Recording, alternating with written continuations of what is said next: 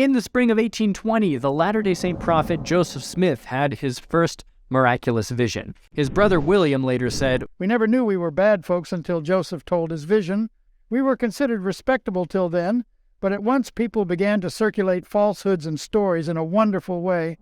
As time has passed, many of the more baseless rumors about Joseph have faded into the background, and for good reason. But every once in a while, someone will dig up an old claim, dust it off, and use it once again to challenge the faith of believers, oftentimes leaving out key context and information.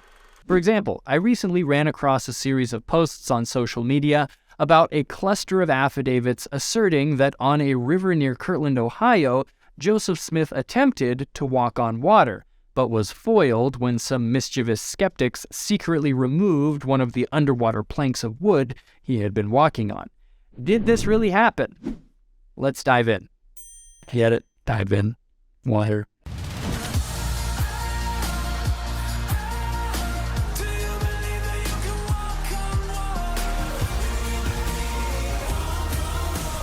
All right, so the affidavits in question come from Arthur Deming's 1885 anti-Latter-day Saint book, Naked Truths of Mormonism. The book contains 6 affidavits from these people who are apparently remembering in 1885 an event that occurred more than half a century earlier.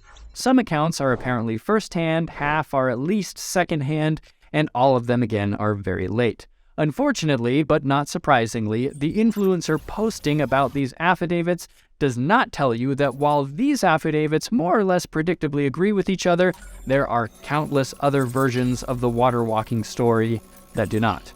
The earliest available printed version of this story, The earliest available printed version of this story appeared in 1834. In this account, which you can pause and read, it's not Joseph Smith who attempts to walk on water, but rather just a generic Mormon preacher. In this version, the stunt takes place in a swampy pond in New York. Some people discover the wooden planks and they cut them up in the deeper part of the pond. Later, the preacher falls into the water and apparently dies.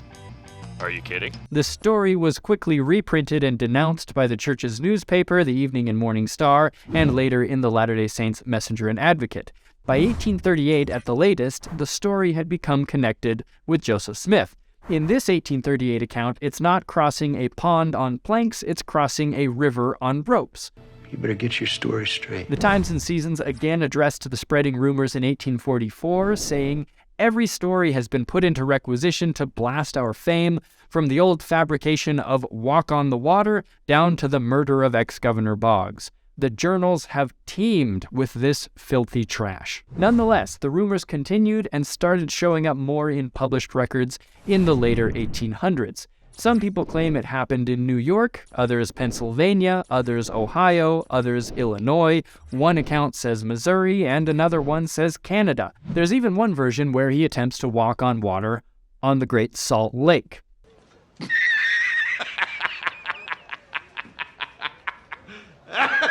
Pretty much wherever Joseph went, and in at least one place he never went, these stories started popping up. Similar to some of the affidavits we were looking at, eventually you have people claiming to have actually been there when it happened, or claiming to know some of the people who sabotaged the pretended miracle. In these accounts, it happened in New York, and it's suggested that a Mr. Collington removed the plank. In this account, it happened in Ohio, and the author's grandmother's brother, Robert, helped remove the plank. In the Missouri account, it was Tom and Uncle Billy who removed the plank.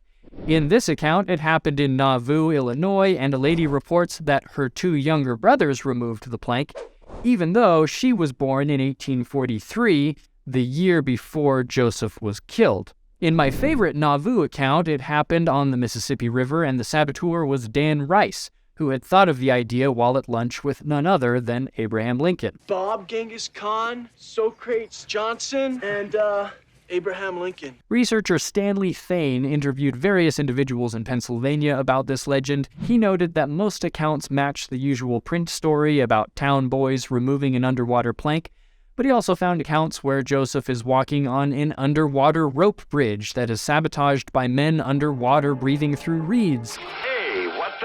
Other accounts say it was a ladder that broke. One account reports that men with breathing tubes were holding Joseph up on an underwater board and were discovered when they came up for air. Guy has a snorkel! A snorkel! How long was he waiting in there for how long? And one account asserts that Joseph tried to fool people by crossing a river on chicken wire. You guys get the point. These are just legends, tall tales about Joseph Smith. Methodist preacher John Goodell wrote that there is little to indicate that the story, in any of its versions, is true.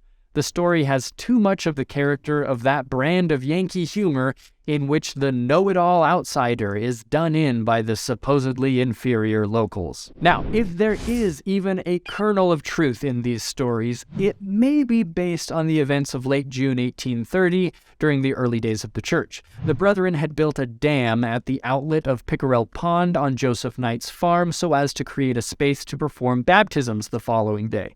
Unfortunately, in the night, a mob dismantled the dam, which was rebuilt, and the baptisms performed. Thayne noted some potentially significant parallels. Joseph was seen building a structure in the water, men came at night and destroyed his structure, which may have involved removing boards or planks, and several townspeople gathered the next day to see Joseph's purposes foiled, saw him in the water, performing baptisms.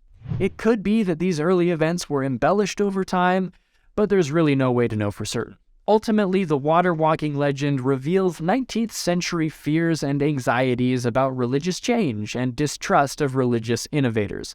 Thus, legend-telling has been a sort of self-therapy for those who have been confronted with the type of ambiguity modern prophets represent. Even the renowned critic of our faith, Fawn Brodie, while suggesting that the story is somehow symbolic of Joseph's fraudulence, admitted that in the end, it's apocryphal and baseless.